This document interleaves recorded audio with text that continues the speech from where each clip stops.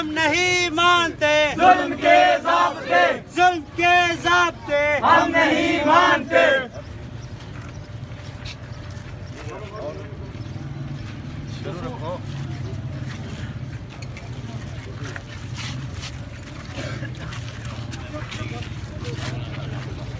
चोर इंतजामिया, घायल इंतजामिया, रिहा करो, रिहा करो, रिहा करो, रिहा करो, शर्म करो, हया करो, जुल्म और सितम, जुल्म और सितम, जुल्म और सितम।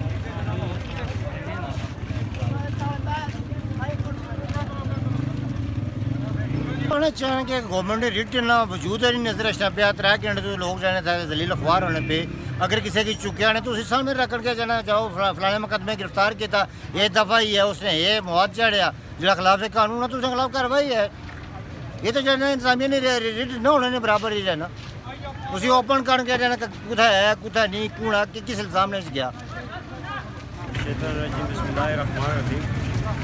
सर हमारे मुज़ाकरात आर्जी तौर पर हमने रास्ता क्लियर किया। उनका मौक़िफ़ था कि आप आएँ रास्ता क्लियर करें हमारे साथ मुज़ाकरात करें और आपका जो मौक़िफ़ है हम अपनी तरफ से कोशिश करेंगे कामयाबी की तरफ इनको मुज़ाकरात को लेकर जाएंगे। तो हमने अभी अपनी कमेटी तश्कील दी है।